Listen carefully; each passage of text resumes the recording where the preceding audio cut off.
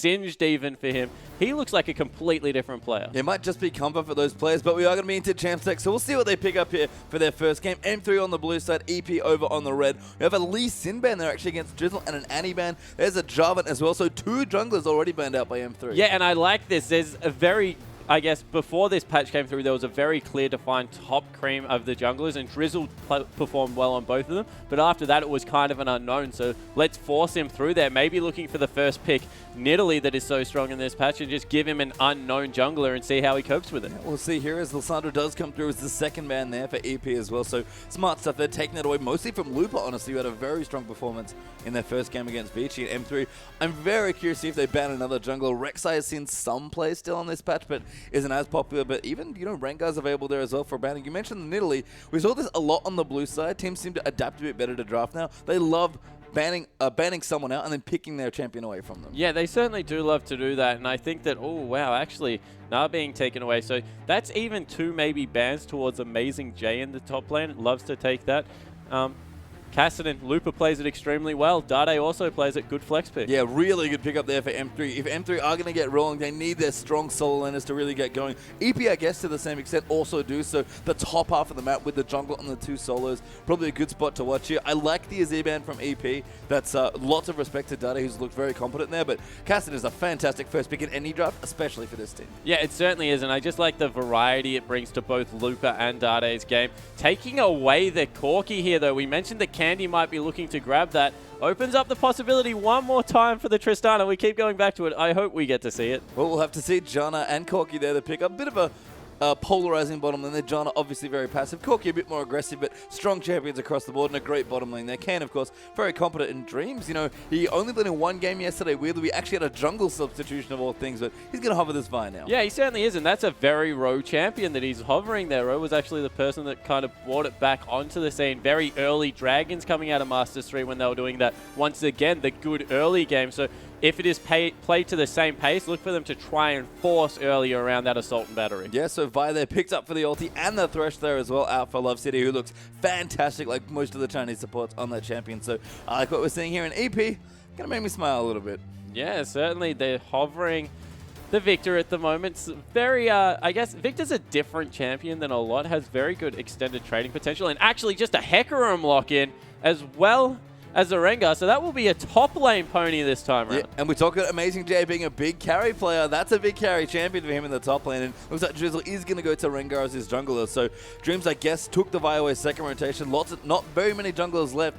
A good pickup there, but that is a very excited to see how the pony works out. It has worked, kind of hit or miss so far. Yeah, it certainly has, and I just would encourage the audience to cast their eyes over to the summoner spells in the top lane at the moment. Let's not talk about them yet, but keep them in the back of our mind. We've seen some crazy things go through. I think that Sivir is a dangerous pick here. Rengar and Hecarim can gap close onto an AD carry extremely quickly. Throw in a very immobile mid laner as well. And there is a chance that if they fall behind here, Master3 can get snowballed over the top of. Yeah, really safe pick here from Dade because he can't counterpick his mid lane, but not that much carry potential on the Xerath. It's a fine pick. It's very strong, but looks like EP are going to answer already. I think they're hovering. No, not quite there yet with the LeBlanc, but Raphael's going to get to counterpick this as Xerath. Yeah, he certainly is, and there's a few things that you can take into Xerath. Things with gap closes typically do a lot better than champions that have to walk towards them just because of the upfront burst damage, but there's some good pick potential on Master3 lineup. If we focus on what they do good, they get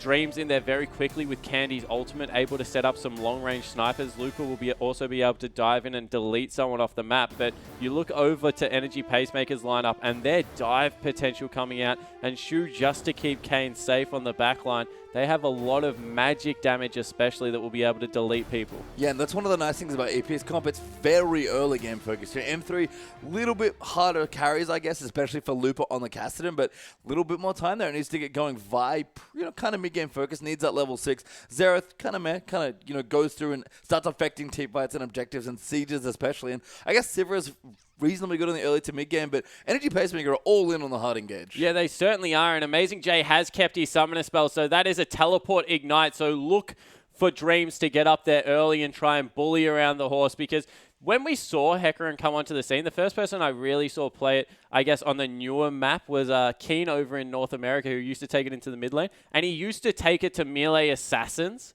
and just go the home guard boots, push out the lane, and then roam around as much as possible. So we've seen it a lot in China over the years, especially in the top lane. They were the first region to really popularize the carry Hecarim top. And so if anyone can play, it's probably going to be Amazing J. Yeah, I mean, again, we talk about Amazing J as this very fun, definitely player to watch there on the top side for EP. Things could start happening. He loves his aggressive gimmicky summoner spells as well. So this is a very fitting first game for Energy Pacemaker. Yeah, it certainly is, and I like the fact that they're trusting in exactly what their team's about. Really strong early game. Try and throw something different at Master3. Make them react. Make them make the first mistake, and then try and push it over there. They have a very single-minded team comp. Get in there, do a lot of damage. All right, with that, let's get into the game.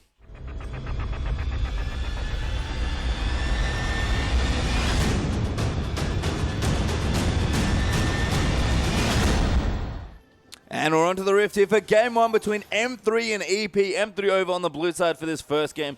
Energy Pacemaker over on the red here. Dade going to move out there with his Xerath. And again, we expect a lot of fireworks here in this early game. I like what both teams have actually drafted here, Spawn. Yeah, I think that there is a lot of follow-up damage to come through from Master3 line. I think they have a good pick comp and then some good control, but it's just a much more snowbally lineup coming out of Energy Pacemaker. I think they've picked very much to their strengths. So whilst Master3 definitely more standard lineup here, really unique and fun lineup coming out of Energy Pacemaker. Yeah, and I like the standard observation there as well, especially for Looper and Dade, the Samsung twins, who have looked a lot better when they've actually played a little more in meta and just gotten their reps in on the some of the champions that we've seen a lot of in the LPL. So Looper and Dade, they're almost always set up to carry on this team, and with the champions they've got here in the first game, that's going to be the case as well. Yeah, certainly will. I think that the only thing they need to worry about is the fact that Cassidy will take a while to get going, and Amazing J has a huge one-item spike. As soon as that Trinity Force comes through from Amazing J, he's going to pump out so much mid-game damage. So as long as they can skirt the fact that Cassidy might be a little bit weaker early game after the first major item pickup, then that will be fine. And it looks like the response out of Energy Pacemaker is to actually swap the lanes. Yeah, that's quite interesting. I mean, Corki versus Sivan, not super hot for Corki. Doesn't really get a lot of work done there. Just kind of has to sit under his turret and farm. And Cassidy is not a bad champion to 2v1, so I do like the swap there from EP. Yeah, and the confusing thing is taking no defensive summoner spells into a lane swap means that if you teleport down to the bottom lane, you are in very, very big danger of being, I guess, just deleted off there. Looked like Master3 wanted to do something cute and take the red buff away for their AD player, but weren't able to manage to do that because they need to get down there and soak up the first couple of waves of experience. Yeah, I think notice that the swap has started there, so Dreams and Looper will team up there for double jungle. Drizzle and Amazing J going to do the same, and it seems like Candy probably going to have to start pushing that wave if he hasn't done it already. But did want to get there and make sure he started that process as soon as possible. Yeah, because he didn't get there, wasn't able to get the freeze, so it will be the push coming through. As you mentioned, Dade actually being forced off the wave so far from Raphael in the mid lane. LeBlanc's level 2 is actually quite strong when you take in the Q and the W. Being able to have some damage on an escape spell just makes it so much easier to pick up in the early game. Yeah, Dade's just going to sit under his turret for a few early levels especially. Going to do as much farm as he can. Drizzle actually going to get some help from Shu there on the Janna, and they'll be able to do his third buff there pretty simply. It's always funny to see junglers do red buff at level 2, but that smite gives them back so much help. Yeah, it certainly does, and being able to get around the jungle relatively quickly here was Drizzle. Extra camps being taken away by Master3, so they're really committing to this double jungle, whereas Amazing J, he's already gone down into the lane because it was actually pushed, and that's the advantage of having a lane pushed into you. Relatively safe now underneath the turret unless a dive comes through. In the top lane, however, not going to be able to get Looper up there for still quite some time because of the freeze. Yep, Looper still hanging out there with Dreams here in the jungle. Just going to take away what Camp's doing. That does affect Fire a little bit just because she wants that experience more than anything else for their ulti. But M3 not too unhappy with the situation here. And I think Candy, especially if he gets his push going, it's going to maybe start some problems there for EP. Yeah, so Candy need to try and shove the wave in, get as much experience as possible. They're going to send both members of the, they're going to send Love CD and Looper back to duo top here and try and shove that wave into the turret. Maybe even look to get Dreams up there to break that freeze and get some much needed farm onto their Cassidy. Yeah, Candy actually doing a nice job down here as well. Actually, Ben breaks it, but actually had a decent freeze going there, trying to deny a little bit away from Amazing J. But Looper and Circle rotate in towards the top side, but he's actually going to find into Drizzle, although very smartly backs away. Yeah, it's certainly doesn't want anything to do with that Rengar with all of the max ferocity coming through there. Too much CC to deal with. And Candy has actually got the wave in quite a nice position here. Amazing J and Shu trying to push it in, but once again, it won't be able to get there.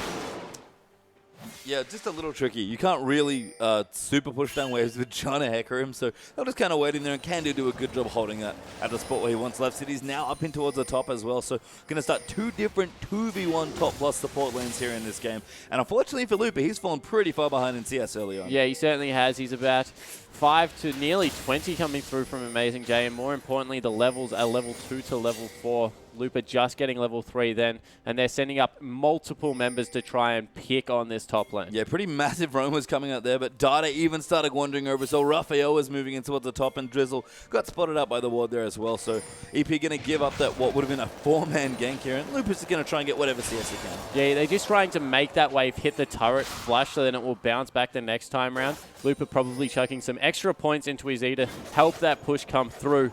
Candy actually scouting for the support player, looking to see if Amazing J is by himself. And Amazing J's had a very good early game. We mentioned that he would do well 1v1, but actually doing well against the AD player as well. Yeah, and I think all of this swapping for EP is just to keep down Lupa's Kassadin. We know that it's going to take a while to get going. It's very powerful once he gets to the mid-late stages of the game, but right now Lupa is struggling in this early game. Yeah, he certainly is. Still only managing to pick up roughly 9 CS. The good news for him is that the wave is finally pushing back in his direction, so he'll be able to pick up majority of this wave now, maybe even get some solo experience with Love CD roaming down and just looking to keep him safe from jungle ganks. So maybe things starting to look up for Master3. Yes, a bit of freedom there for Lupa. Get some CS moving in. Candy doing a nice job here in the bottom side again, trying to keep out Hecarim as much as he can. Kind of abusing a little bit of the range versus melee matchup, but other than that, Dandy in the mid falling pretty far behind in CS. Actually, Raphael did a good job pressuring and pushing early on. Yeah, so Raphael able to use LeBlanc's early game power. Of course, LeBlanc is very underrated as an early game mid laner, does surprising amount of burst. And really, Xerath needs a couple of levels in his abilities till he can really shove the wave, and that's what his, I guess, signature is, being able to use those two abilities to just really make it hit the turret nice and quickly, then leave and roam around. And as soon as those levels start coming through, he'll be completely fine, but needs to be patient and ensure he gets there. Yeah, Dreams are down the bottom. Amazing J going to get Volt Break into the face. Candy with a great Boomerang Blade to follow in, but he will pop his either run away, and Amazing J will be fine for now. Yeah, so no summoner spells burnt from either side, just an ultimate coming through from Candy, but that will give Candy the ability to shove out this wave and get a free back. Lupa in the top lane in a lot of trouble. Yeah, he is there, and first blood is going to go to Corky. Finally, the 2v1. Enough pressure there for the first kill. Yeah, so Lupa just getting caught out there. Didn't even elect to burn his summoner spell, the flash to get away. Would be interested to see how he did manage to get caught up, because not much CC really coming through from Janna and Corky that you can't dodge. I mean, maybe just a bit too much pressure. Lupa not level 6 yet. Very low in experience, actually, in the top. So does pretty quickly to all of Corky's early abilities. And Kane's going to return to keep pressuring in that lane, or whatever lane he ends up in. He has a Sheen and the parts of his phage now. Yeah, so now that they're to that point, feel confident sending it down against the Sivir.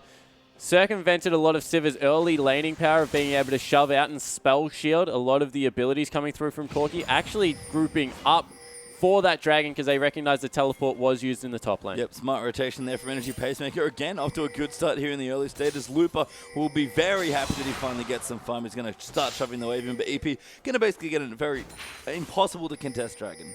Yeah, and Lupa electing for components of his Catalyst versus, I guess, waiting the extra 60 gold for the blasting one means that he will be a little bit weak at this point in the game.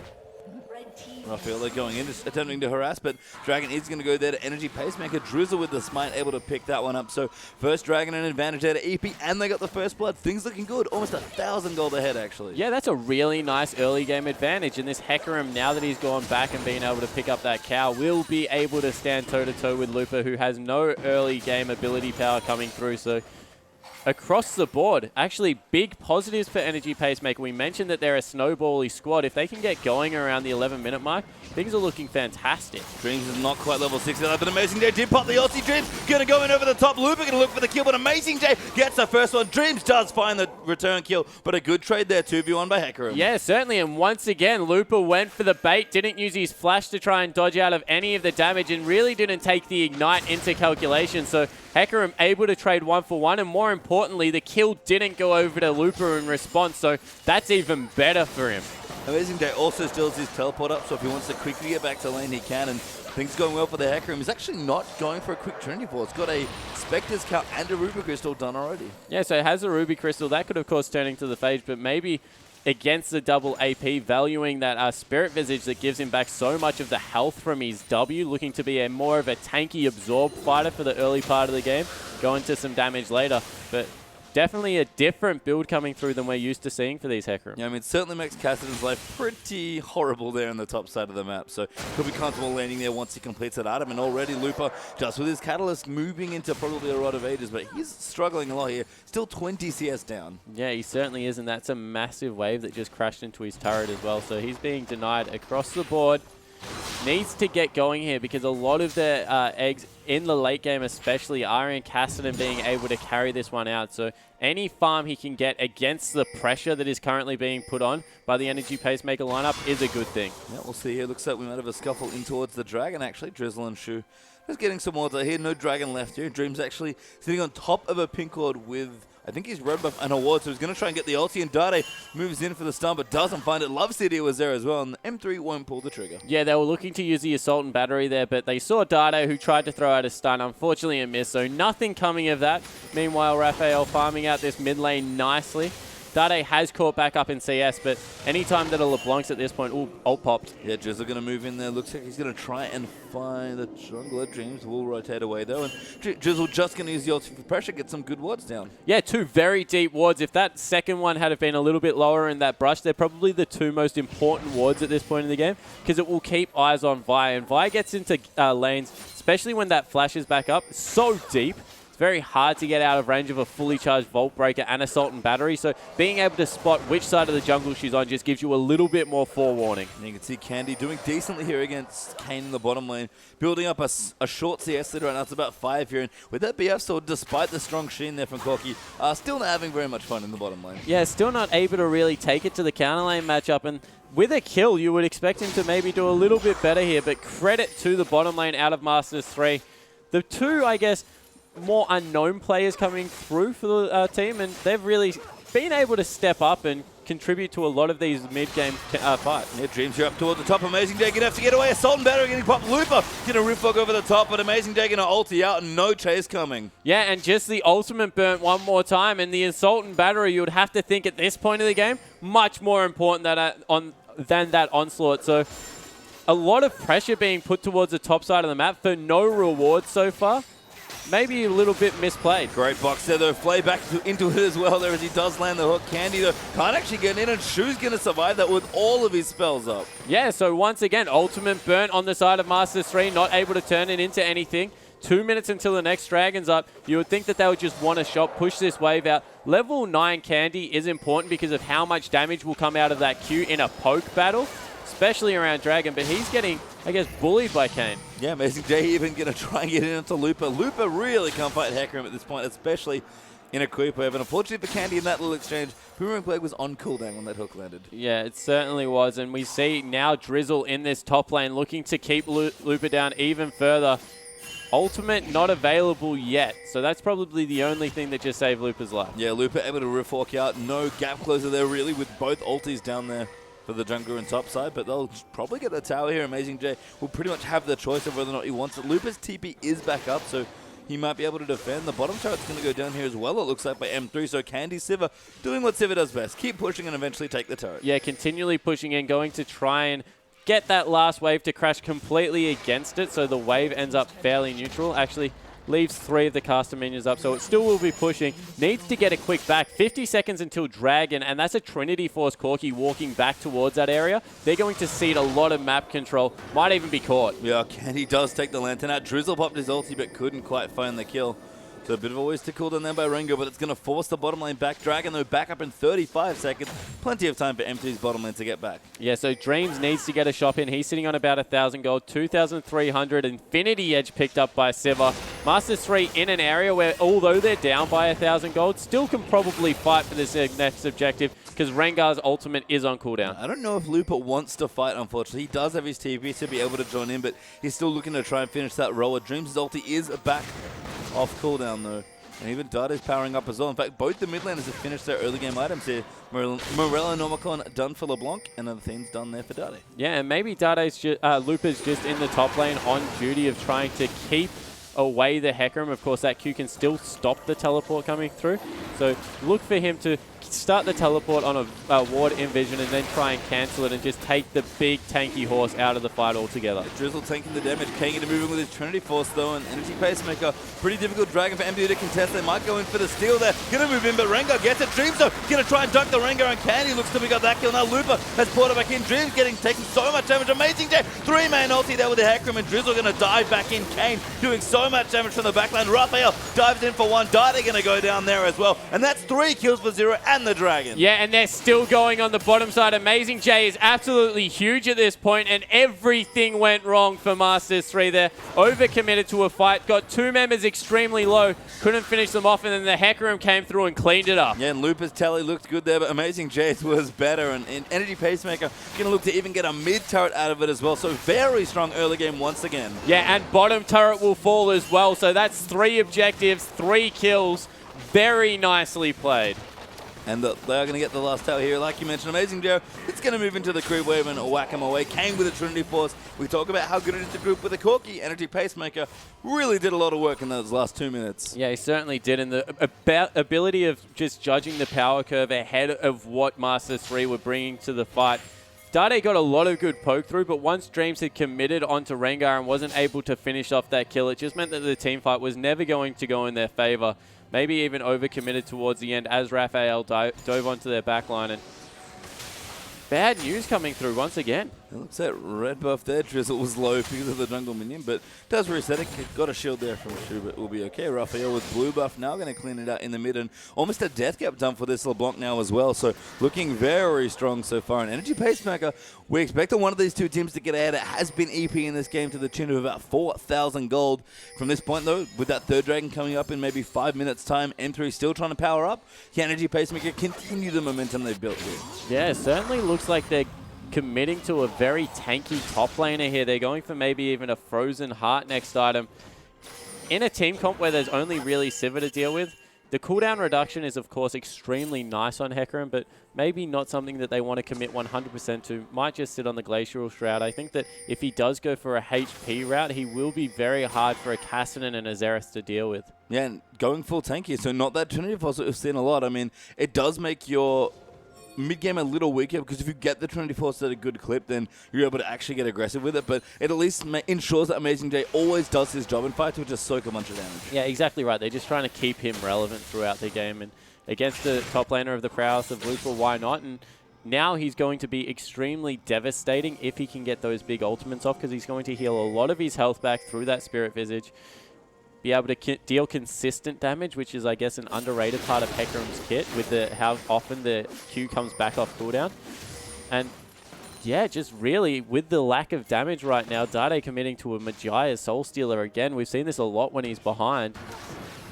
Yeah, it's back. The duo Dade strikes again here. And I mean, Xerath is a pretty good champion to have Majayas on, I can tell you that much. But M3 need to find a couple good fights here. Lupa does need to power up. I don't know how late that row is, but I assume it was rather late in this game, given that I just spotted it. We're almost up to 18 minutes in this game. Candy and Love City are going to join up to try and take out some turrets, and that's good pressure that they can put out, but the rest of the team just can't do a whole lot. In fact, Dade has to clear the way with his ulti, but EP is going to keep taking turrets. Yeah, so they're looking to push in on the tier 2 in the bottom lane, the most devastating side of the map to push, because that means if the creep wave is all the way down there, puts so much pressure around the Baron that's going to spawn in about 2 minutes. And we've seen some very early Barons on this map, a lot squishier than we're used to seeing. And the actual adjustments coming out from Master3 here to pick up such an aggressive lineup versus a very standard Master3, looks like they have Master3 once again on the back foot. Yeah, I mean, absolutely. Energy Pacemaker, a team that are very good at getting their leads. Just a matter of what they do with them here. And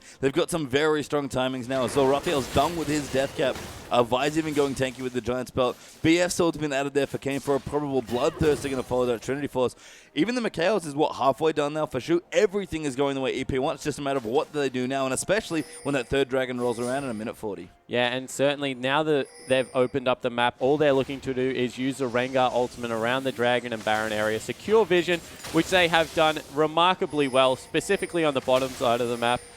continue to use Rengar, pick people off, get Raphael in there, and at this point, I don't know if Master3 can survive a team fight, let alone a really devastating pick combo that Energy Pacemaker put together. Well, at this point, like it does end up in a lot of M3 games, Dade has to do a lot of work here on this Xerath, and it's not a massive playmaking champion, but Dade is a player that can make almost any situation look. So if anyone's going to really get it here, it's going to be Dade. Because unfortunately, even for Candy, who's had a very strong game, just not on a playmaking AD here with Sivir. Yeah, and not on a tank buster. So having that tanky Rengar jump on top of you, as well as the Hecarim who's going for that Frozen Heart, just is going to mean that Candy doesn't have very good options on who to hit in fights, and probably is just going to be used more of as an ult bot. And this is what worried me about Master3 composition there. That immobile in team fights, as soon as the Hecarim jumps in, as soon as Drizzle jumps in, if there are no summoner spells up for Dade, he really is a sitting duck, and it's only really Looper that can get a lot of work done. And with how far behind he is, not even anywhere near that second item, probably not going to be good news for another 10-15 minutes for Cassidy. Yeah, that's a long time to have to farm up in this game as well. Even Candy semi-freezing this wave up towards the top, just trying to collect farm here. Dade, I don't think he's found a creep for maybe 2 minutes here in this game. He's been stuck all the way back, just trying to find farm wherever he can. Looper's getting all the farm that he can down towards the bottom side, but EP continuing to keep good vision up. Raphael even going to dive down here. Yeah, and Master3, one thing they have done is they've kept good control over the bare minimum of their jungle resources. So whilst they're going to give up a lot of map resources, they won't give away their actual important jungle camp. So it's being good. Dreams is still able to farm up. He's sitting on more CS actually than Drizzle, his counterpart. So yeah, leave the global objective, but you have to still try and control something on your area of the map. Yeah, EP going to steal away the red buff now as well. That goes to Kane, and they're going to rotate back down to the bottom side. Amazing J with his telly in towards the top. It's going to be a very strong 4-1 from Energy Pacemaker. Yeah, it certainly is. And now that that Frozen Heart's come through, who do they send to deal with it? Because Looper's already displayed that he's not the person that can 1v1. Candy isn't going to be able to get any work whatsoever done against this tanky Hecarim, so I really don't know. You can't send Dade up there because you just give up all the wave clear. Really not good options for Master3. Yeah, EP though, it looks like they're actually backing off to spend some of their gold, so going to be able to power up a little bit more here. Corky not quite enough for who items, so I assume he's just spent some gold. Dade actually sitting on a lot of gold there as well, so has found reasonable farm despite being behind here in this game. And he's going to take away the Raptor there as well. And Bloodthirst are not quite done yet for Kane, so just got the Vamp Scepter on that last shot. Yeah, able to pick up the Vamp Scepter gives him a little bit more sustainability in these fights. It's important because of the amount of poke that will come out of Dade. He doesn't want to catch any of those stray Xerath Qs. And now the pressure around the Baron side of the map. This is dangerous because they don't have a good Baron taking team.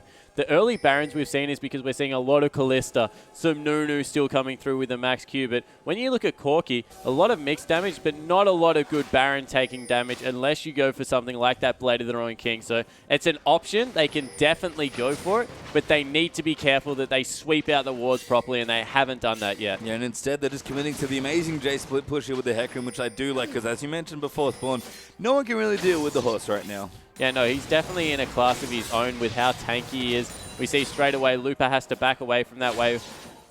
Probably the saving grace, no Sheen, so it doesn't take turrets that quickly if we're grasping at straws, but still very strong in a 1v1 situation. Look, Drizzle actually going to pop his ult to get a look for a pick here. Energy Pacemaker aggressively through the top side of M3's jungle, but don't quite find it. Amazing Day still sticking in towards the bottom, and Candy got decent wave clear when he can get in range. Going to try and steal the Grump, but Drizzle smites it away from him. Yeah, and still a couple of key wards up for Master3. Able to scout out that, I guess, ambush as soon as it came through, so able to back off. And they are looking like they're stalling out this game nicely. Nothing has really happened for about 5 minutes, but Amazing J is relentless in this bottom lane. Yeah, I wonder if he's going to get a Sheen. This will make the job that much quicker, but Looper just can't do anything. Even takes a turret hit. Going to walk back in, rampages up the minions. Still tanking them. That W, though, is healing so much. Yeah, it certainly was. As soon as you have a champion in that W, throw in all the minions, it just gives you so much health back. Dade popped his ultimate trying to steal away the blue buff. Wasn't even up, so that's going to be taken away from him right now. And things looking very rough for Dade as well as the rest of the Master3 lineup. Has now picked up a needlessly large rod, so his wave clear is still good. He's getting that base AP up there at least, but just no ability to fight toe-to-toe. And for me, when we maybe look back on this game here, is it just the M3 just draft a little too greedily? Because we have seen some teams just go a little too far with how they want to draft. Yeah, they certainly had a very strange draft, very close range once again, with the exception of the Xerath. I think that they didn't respect the dive that will come out of this Rengar and the Hecarim top lane. Of course, it might just be an experience against playing against it. Master J actually just uses his ultimate, getting it flayed back there. Dreams gonna find him. That's a great death set. It's Vault Breaker as well. Ult not being used by Raphael, diving into the backline there. Dreams gets the first kill. Raphael gets out. And M3 finally finds something. Yeah, so they get one kill. A fantastic flash play coming out of LoveCD. He's been pretty spectacular on the Thresh. And the bottom lane out of Master3 really is their saving grace in this game. CSing very well as Candy. Good playmaking coming out of LoveCD. They lose a turret, but they get something back at least. Yeah, I mean, they'll answer here. They'll take it. EP still only about 5,000 gold ahead, so haven't grown much of their lead despite how much control they've had. But Kane going to get going here as well. Going to take away the Gromp there. Dragon back in 2 minutes. That'll be the 4th straight for Energy Pacemaker if they pick it up. And unfortunately for Candy, I feel like if we're talking about drafting at least, the fact that he seems to favor more short-range carries does hurt M3 a little bit here. Yeah, I definitely agree. I actually think that's a problem with the Sivir pick in general, is what do you do when you get to this point of the game? Sure, you clear waves very well, but you're not a tank buster. You don't scale better than your counterpart. So from behind, you really are just relied on for that ultimate, and it becomes a tough situation, just contributes different things than we're used to seeing in ADs. Whereas at least if you're on something like a Grave, something like maybe even a Crystal's Draven, you participate as you scale up a lot better. Yeah, and if we're going to talk about, you know, that being maybe an issue for M3, big points to Amazing J for the build that he went this game. Full tank, knowing that Sivir can't get through. Even Rengar had, you know, delaying some of his tank getting, because he doesn't have as much farm. He was making more plays, he just wasn't getting vision up. And Amazing J is just all of the problems for M3. Yeah, it certainly is, and there's not really much they can do to deal with him at this point. So if he is the option to hit, there's no way that Dade's shredding through him. There's no way that Lupa is shredding through him. As we have a little bit of action now around this red buff, looking to steal it away once again. Ping's going out from Master3 onto that side of their jungle, but yeah, Amazing J, very smart build, calculated in what he wanted to do. It was an aggressive pickup, but played it as a very solo tank in this lineup. Yeah, and it's worked nicely here. I'm curious to see what Drizzle does. I imagine he's still going tanky, but right now, Amazing J owns all of the power here in this particular game. And for me, Spawn, game slowed down quite a bit here. Energy Pacemaker have done what they need to do. They've taken almost all of the tier 2 turrets. I think this one in the mid, the only one left, and they're going to group for it now before the Dragon. Of course, they want to wait for the next Dragon as well. So everything going well here for EP. They've basically taken as much as they can expect to take, given the situation they ended up in. My question for them now is, after they take this 4th Dragon, what happens? How quickly can they close the game? Yeah, so I think they actually wait for the next Dragon and hope that Master3 come out of their base. I think that on the new patch, especially with how quickly Baron falls, with the fact that they have a Corki with a Trinity Force Bloodthirster, if they can get a good fight outside of the base, they still don't want to dive yet. Maybe with another defensive item from Amazing J coming through before they want to commit to that. They can just hope for picks. They've got the LeBlanc, they've got the Rengar, and really group up around objectives. I think this was always the plan. They've sieged out everything they can. They've got a nice gold lead.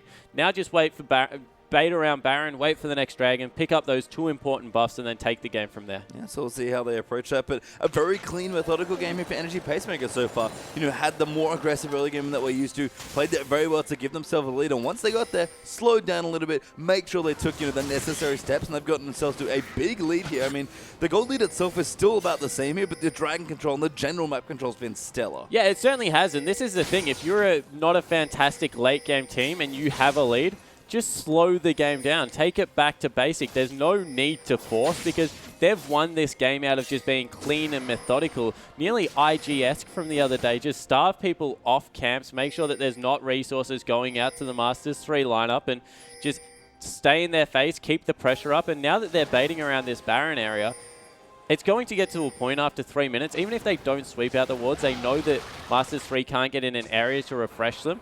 So they'll just be able to take it uncontested. Yeah, and Amazing J still sticking in the bottom lane here, being so annoying on the Hecarim, who actually does have a phage now, so going to finally build in towards a Trinity Force, and a bit of health doesn't hurt there either.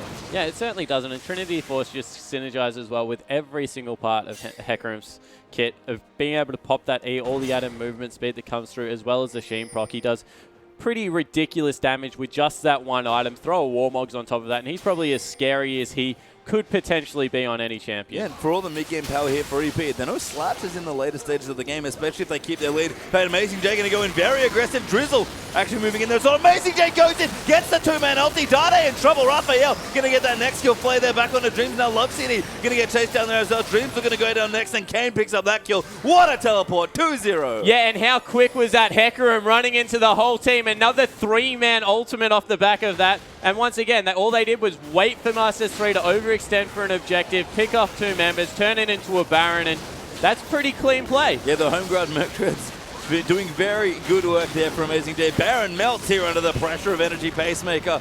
And you know, we said it, they're playing very safe, very carefully, but every step has looked so clean. Yeah, it certainly has, and why play it any other way? There isn't an answer out of Master3. They don't have a tank buster. They're so tanky. Let's take a look at it again. The teleport comes in. Nice box out of Love CD, but Amazing J, he just transverses the terrain, pushes Dade back into the team, and is able to be picked up by Raphael.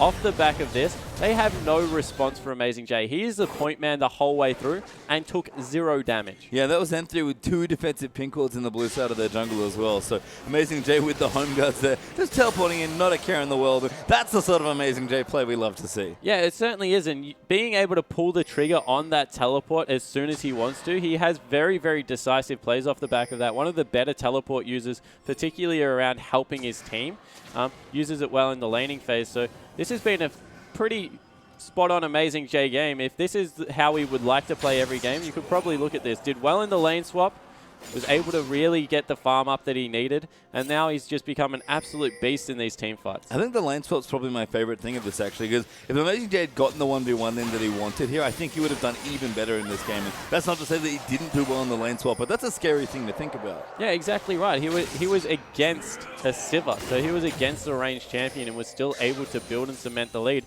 And then after that, Dreams camped him. 2 of the early game Vi ultimates were used on this Hecarim, and still he's at this point in the game where he can just run up and tank objectives, tank out turrets. Dragon's going to respawn in about 3 minutes and 2 minutes, and that one's probably once again just going to go over to Energy Pacemaker. I mean, good news at least for M3 is that they do still have strong wave clear. EP are going to struggle maybe to break the base here.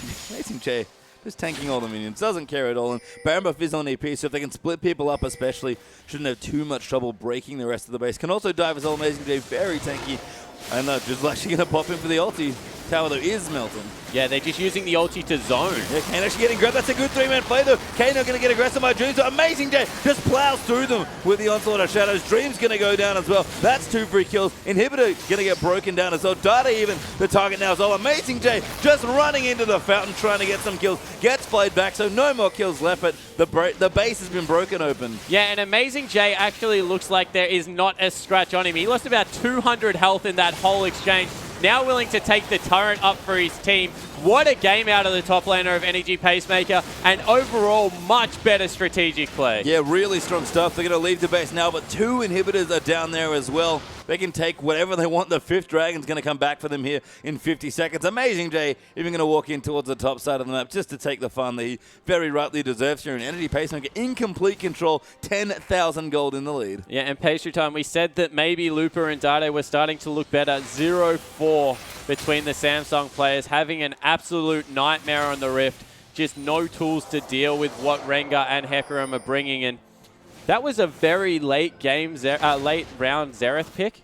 They knew exactly what they were getting into with the dive composition coming through. It was only really Raphael that rounded out the composition for Energy Pacemaker, and you have to question why Dade picked it up. You know, Love City could be in trouble, but Dade going to look in. Maybe he can get some Ignite stacks here, but no, is denied. No, gets the kill there with the Ignite. Kane, though, going to move in and take the stacks away. Yeah, so Kane able to return the kill, so Dade gets maybe a confidence booster, and then it's ripped away.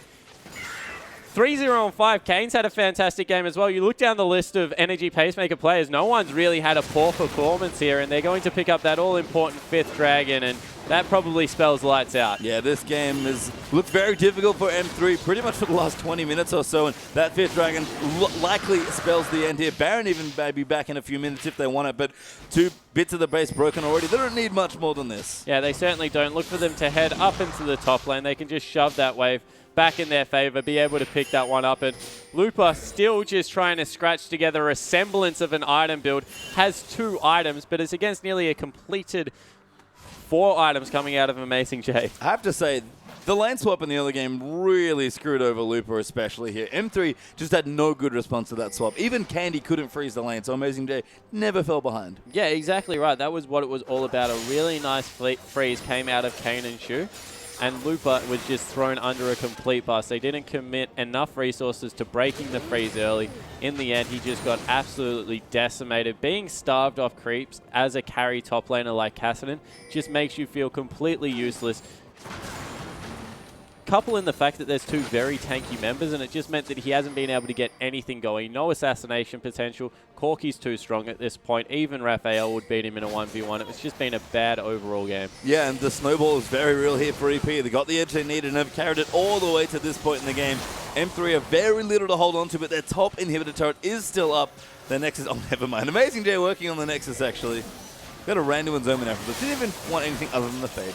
Yeah, so just sitting on the Phage there, and I think it was because he recognized that at some point they were going to have to dive like they did the last time round, so just trying to get as tanky as possible. And now he's at this point, he can just corral both minion waves, and unless Master3 commit all of their members to him, he really has no threat of dying. Yeah, top tower goes down there. Kane easily able to take it out. Drizzle actually popped his ulti, but doesn't really do anything other than that. M3 going to try and defend their last Nexus, not inhibitor, sorry, Candy will pop the ulti. Looper looking to move in, but can't do anything. Amazing J still working on the Nexus tower. Gets it with the help of some super creeps here.